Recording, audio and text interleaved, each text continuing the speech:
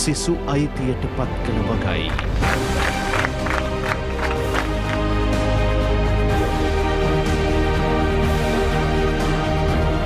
කම්මැත්ත රට නගන ජන පවුර.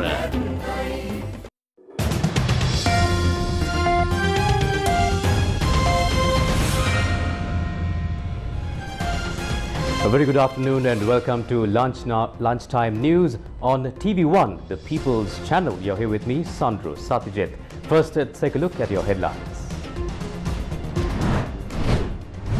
Air quality in Sri Lanka's atmosphere to improve today. A statement from the NBRO. Limit outdoor activities as much as possible. Ministry of Environment advises. Debate on the Inland Revenue Amendment Bill in Parliament today. Heated debate in Parliament over a bed.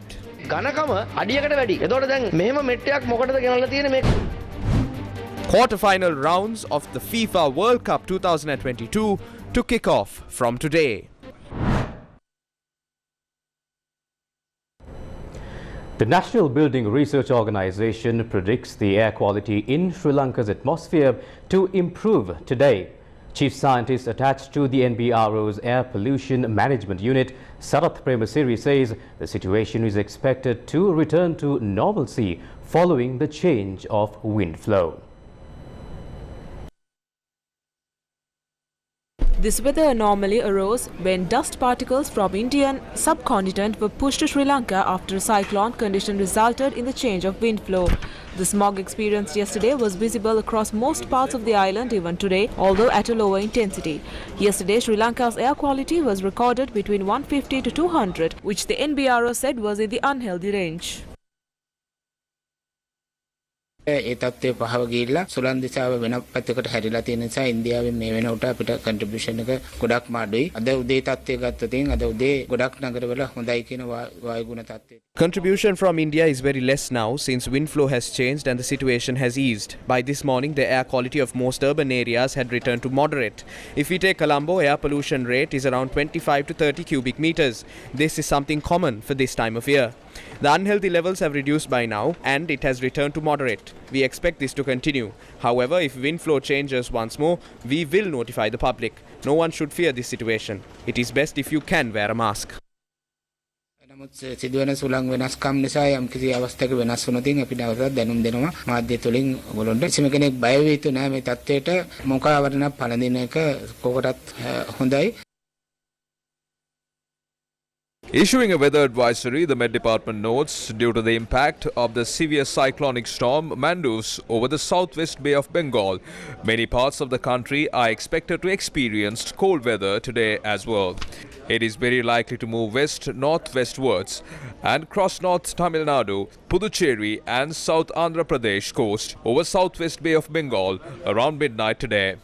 Meanwhile, people in many areas were affected due to the strong winds and heavy showers due to severe cyclonic storm Mandus.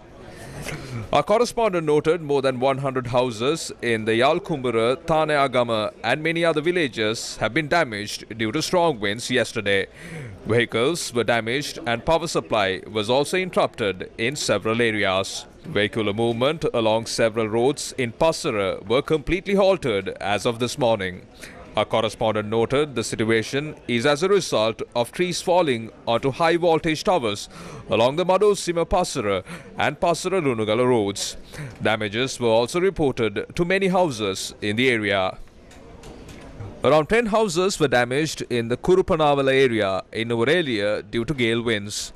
Our correspondent noted 118 people from 27 families are affected due to severe weather conditions. Meanwhile, after a long break, the sluice gates of the Rajangane Reservoir were opened due to the heavy rains received in the area. Joining me live from the studios, I have with me Dr. Anil Jasingha, the Secretary of the Ministry of Environment. Welcome to you, sir. Now, sir, first of all, I'd like to ask you, now we saw the situation yesterday. Now we also see how it is like this morning as well. But what are your thoughts? What will it look like for the general public? What is the actual situation and the consequences? Where will we go from this as well? Thank you. As you a little while ago, announced, the situation was pretty bad yesterday. Going by AQI, air quality index, we had certain areas close upon 200. But in the meantime, we of course expected that this situation to improve in couple of days, few days. But this situation improved significantly overnight. And of course, the reasons could be, the wind currents, changed its directions, and also there was sort of heavy rains yesterday.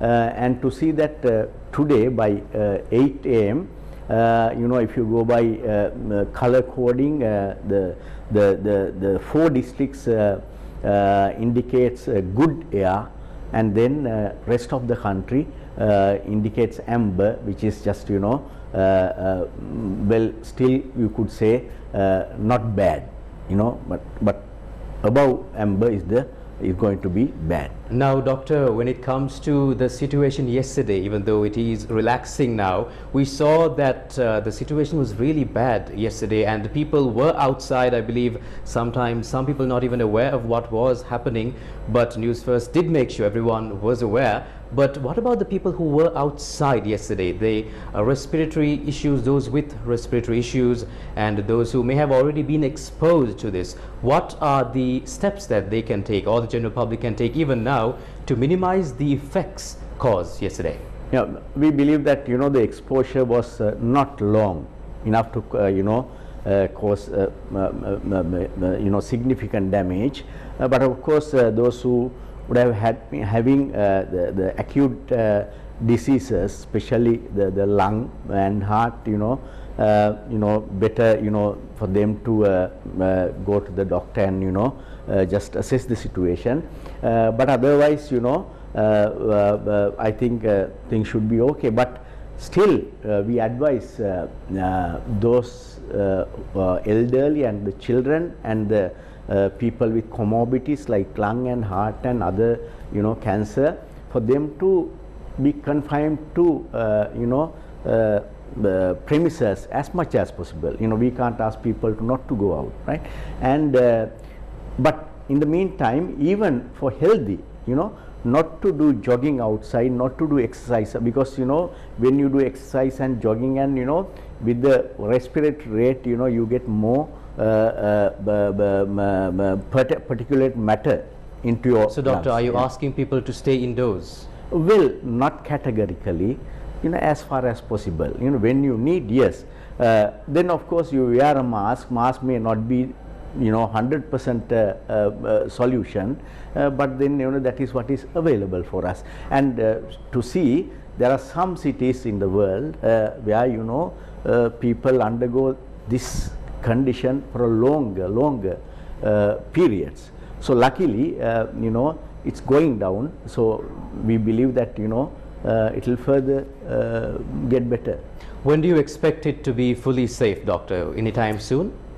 Well, difficult to say, and depends on the weather situation and also the situation in the subcontinent, right? But with the fact that this drastic improvement, I think it will get better. It will get better. One last question, doctor. Now, when it comes to transboundary pollution as well, we know that this was an effect from India with the winds. Do you think there are any local components involved in this pollution, or is it merely transboundary pollution itself that came from India? It's mostly a transboundary, but I don't limit to India, right? We could say subcontinent. Sometimes this can come from Dhaka, and some time of the year we get this from eastern, for example Bangkok, right? So it's a global issue. That is why you call it a transboundary issue. And of course, in the subcontinent we have this Mali Declaration, where the India, Sri Lanka, Maldives, Bangladesh, Pakistan, all get together and try to look forward with regard to the air pollution. But since this is global and we have been talking about climate change, the basic reason for all this is, burning fossil fuel, which is actually we have come to a situation where the globally we have to move away from fossil fuel. That's the way forward. Of course, thank you very much for joining us, Doctor. Thank you. Please stay tuned with us for more updates on this story as it develops.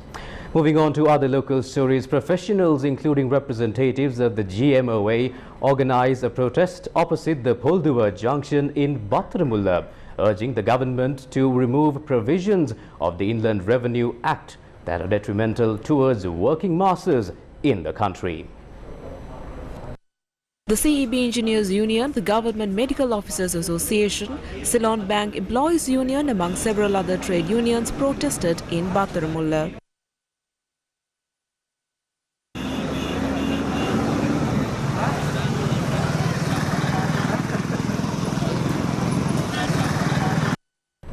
State Minister Diana Gamage had filed a petition claiming that opposition leaders Sajith Premadasa and Ranjit Madhumabandara holding membership and positions of the Samagi Jana Palawegya is against the constitution of the party.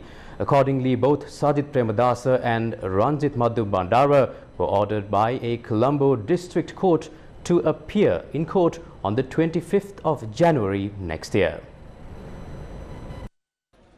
State Minister Diana Gamage has filed a petition with the Colombo District Court and noted that Sajith Premadasa and Ranjit Madhumabandara continue to remain as members of the United National Party.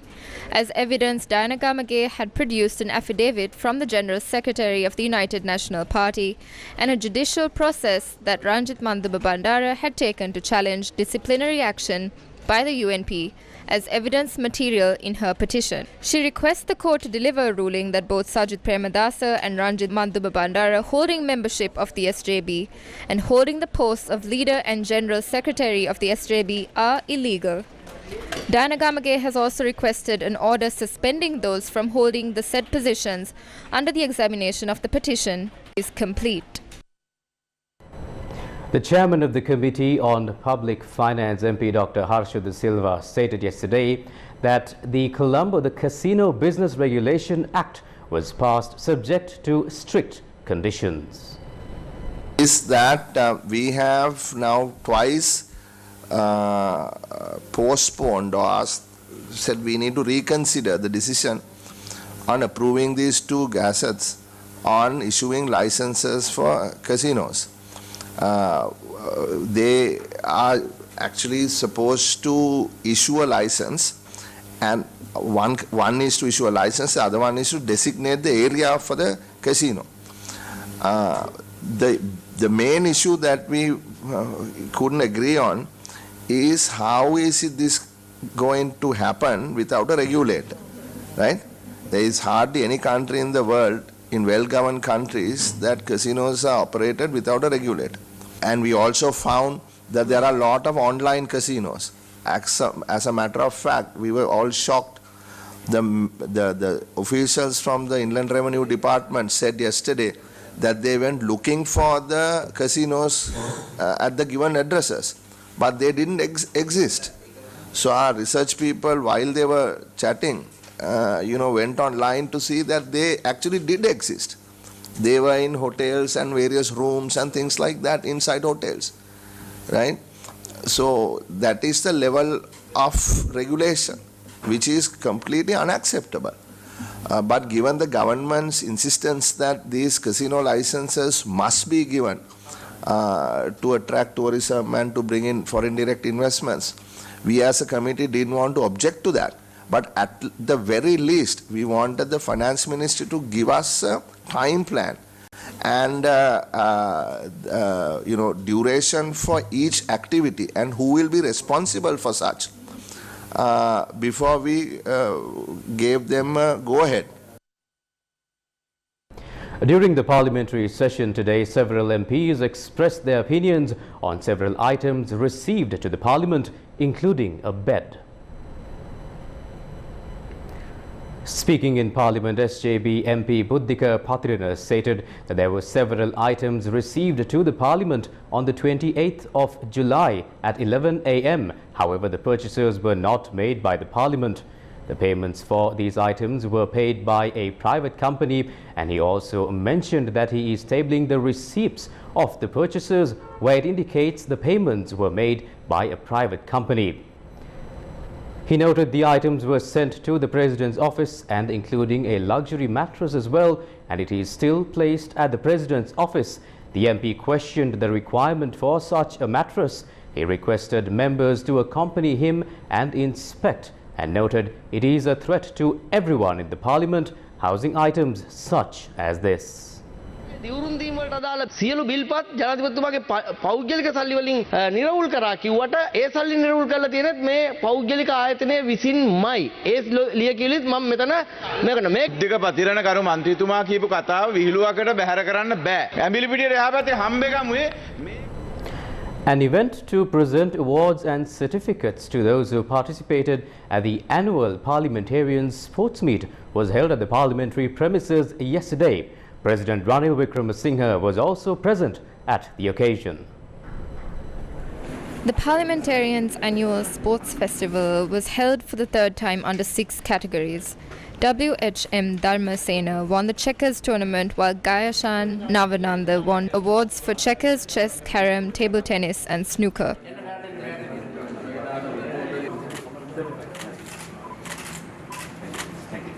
Varuna Liyanage won the table tennis category, while Duminda Disanayaka secured a runners-up place in chess and snooker. Nalin Bandara also secured a runners-up spot in chess and snooker. The State Minister of Finance Ranjit Siambalapitiya noted a special retirement age cannot be set only for people employed in Parliament. This was in response to a question raised by the opposition leader Sajith Premadasa.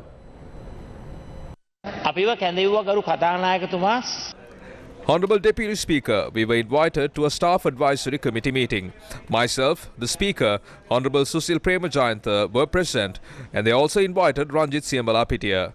The President has informed the Speaker special attention should be provided for those serving in the Parliament. So we decided it to be 61. For that, Minister Susil Premajayantha also signed. So did myself and the Speaker. Ranjit Siambalapitiya agreed at that time. However, it looks like he is refusing to sign. I am making a request now. After 3 people have agreed, please implement it, because we need to finalize this today. දැන් 3 දෙනෙක් එකඟ වුණායින් පස්සේ මේක ඉක්මනින්ම ක්‍රියාත්මක කරන්න. මොකද මේ තීන්දුව මේ අද හෙටම අපි අරගෙන ඉවර කරන්නට ඕන. මම නියෝජනය කරේ මහා භාණ්ඩාගාරය. I represented the Treasury on behalf of the President. After deciding the age limit of retirement as 60, it cannot be changed for the sake of Parliament. That is the opinion of the Treasury. I can only represent that decision made out of principle. Honorable Deputy Speaker, we can stay within the principles. However, I request you to implement what was signed by 3 people already. Please inform this to the Speaker. Meanwhile, the Ceylon Teachers Union convening a media briefing says the same people who are responsible for the economic mismanagement in the country continue to remain in power. The country is governed still by the rulers responsible for the economic mismanagement. The country is ruled by the ministers who were in power during the administration of Gotabaya Rajapaksa and Mahinda Rajapaksa. They are the ones pushing Ranil Wickremesinghe forward and ruling the country. What should happen is to bring the people who are responsible for the economic crisis before the law. Even the global organizations are stating that there was economic mismanagement in Sri Lanka resulting in hunger. However, those responsible are not brought before the law. Another leg of the Suru kappakaru project to preserve the environment for the future generations took place in Colombo on Thursday.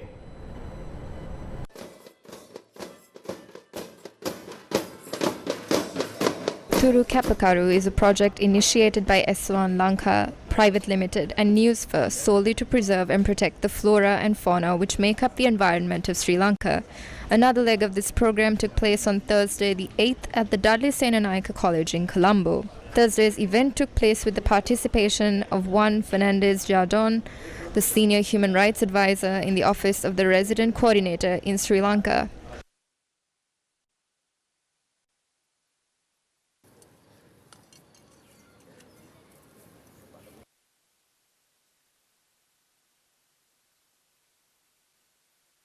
In addition, the Executive Group Director of the Capital Maharaja Group, S.C. Veerasekara, and Executive Group Director for Human Resources, Suranga Jayalath, were among those present.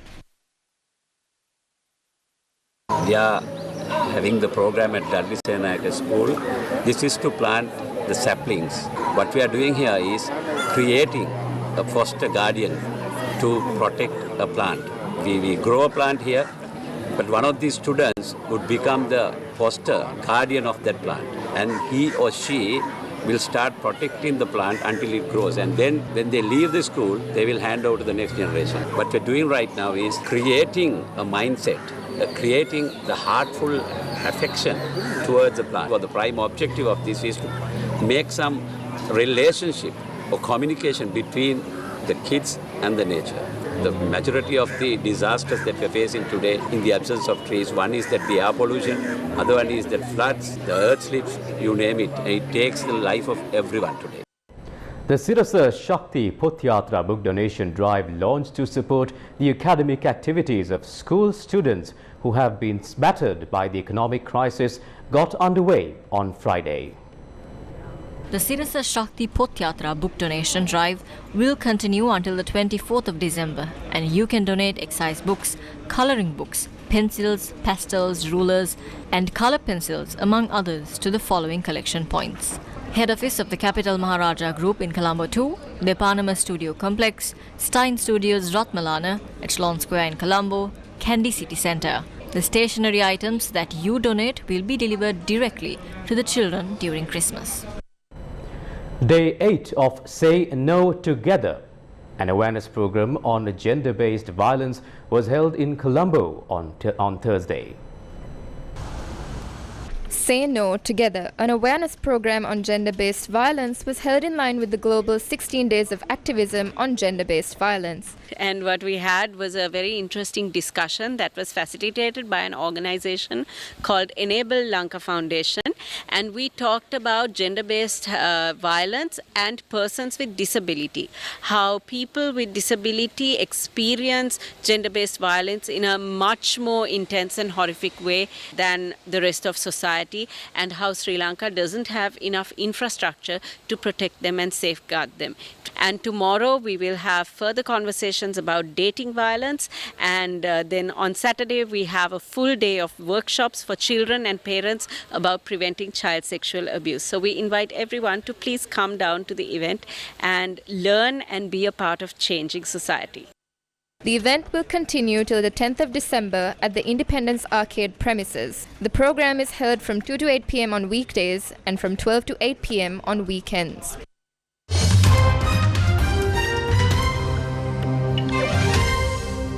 And now to news overseas. Saudi Arabia and China showcased deepening ties with a series of strategic deals on Thursday during a visit by President Xi Jinping. Chinese President Xi Jinping is visiting Saudi Arabia this week for the first time in nearly 7 years, during which he is expected to sign billions of dollars in deals with the world's largest oil exporter and meet leaders from across the Middle East. President Xi Jinping and Saudi King Salman have signed a series of strategic deals, including one involving Chinese tech giant Huawei, as part of a visit expected to bolster political and economic ties. The visit is a sign that China and the Gulf region are deepening their economic relations at a time when US-Saudi ties have crumbled over OPEC's decision to slash crude oil supply. China is the world's largest importer of crude oil, for which it is heavily reliant on Saudi Arabia. The agreements that both sides were to sign were valued at around $30 billion. Beyond security of supply, Saudi Arabia could offer Beijing another prize with bigger geopolitical ramifications. Riyadh has been in talks with Beijing to price some of its oil sales to China in the Chinese currency, the yuan, rather than US dollars, according to a Wall Street Journal report. Such a deal could boost Beijing's ambitions to expand the Chinese currency's global influence. It would also hurt the long-standing agreement between Saudi Arabia and the United States that requires Saudi Arabia to sell its oil only for US dollars and to hold its reserves partly in US treasuries, all in return for US security guarantees. Leaders convening in Riyadh include Egyptian President Abdel Fattah el-Sisi, Tunisian President Kais Saied, Palestinian President Mahmoud Abbas, and Sudan's de facto leader Abdel Fattah al-Burhan.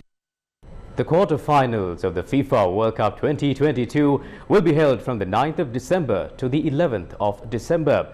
Tonight at 9:30 p.m. Sri Lankan time, Croatia will take on Brazil in Education City Stadium, while Netherlands will play against Argentina in Lusail Stadium at 12:30 a.m. later on.